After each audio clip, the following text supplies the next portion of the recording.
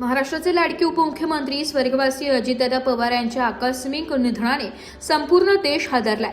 त्यांना श्रद्धांजली अर्पण करण्यासाठी मराठा विद्या प्रसारक समाज संस्थेतर्फे दिनांक 30 जानेवारी रोजी शोकसभेचे आयोजन कर्मवीर रावसाहेब थोरात सभागृहात करण्यात आले होते।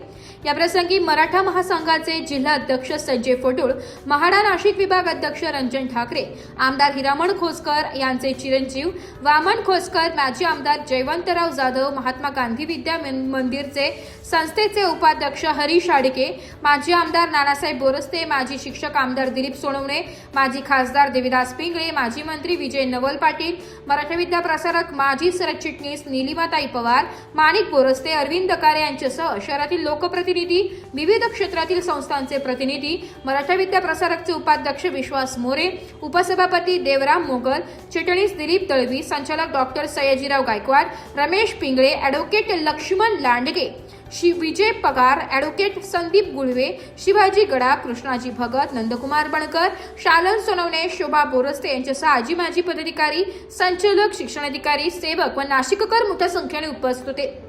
यावेळी उपस्थितांनी स्वर्गवासी अजितदादांविषयी आठवणींना उजाळा दिलाय आणि मनोगतातून आपल्या भावनांना वाट करून दिली।